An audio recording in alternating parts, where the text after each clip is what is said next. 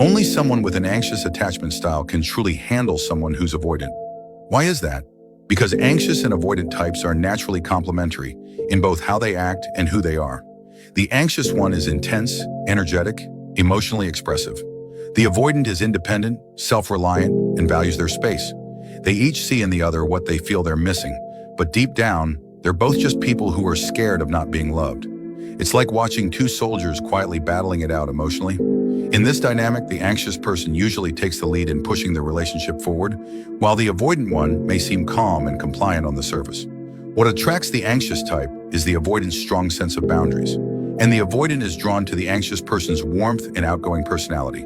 But the truth is, they're both falling in love with a version of each other that only exists in their heads. When the avoidant finally realizes that the anxious partner also has emotional needs and starts asking for closeness, the avoidant's defense mechanisms kick in. They shut down and struggle to connect emotionally.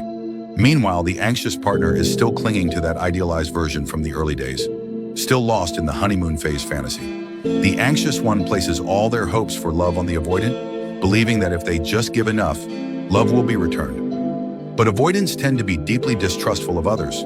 They often think the anxious person's love must come with strings attached, like it's more about getting something than giving. So what happens?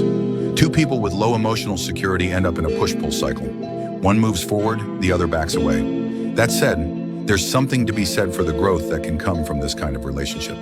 Anxious types, in particular, often emerge stronger.